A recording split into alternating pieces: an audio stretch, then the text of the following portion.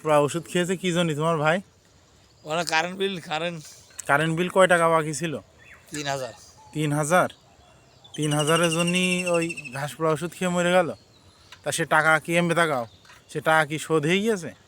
সেই টাকাও ছেলে দিয়েছে পরে নাই ছাড়ে। ও ছেলে দিয়ে দিয়েছে? তা ও বাড়ি কাজ কাম কি করতো? ওই হাড়িগুড়ি মেজে মরতো বাড়ি বসে। এমবে তাকাও, বলছি হাড়ি গুড়ি মাজতো বাড়ি, কাজ কাম ছিল না আর? পারতো না, কাজ কাম পারতো না? আর শরীর আর বুঝতো না, যার হবে গান। তা তুমি এখন কি কাজ করছো? এই আর কি কেবারে ছড়ি গেছে।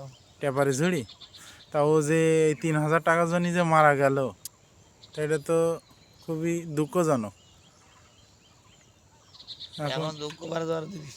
এখন যদি আমি একজনের কাছে না বলি, ভাইয়ের কাছে না বলি, ওই আমার কাছে গিয়ে বললো এই মানে 100 টাকা জ্বালা লেগে গিয়ে বলে দিয়ে এলাম, সেই টাকা মাফ করে দিই।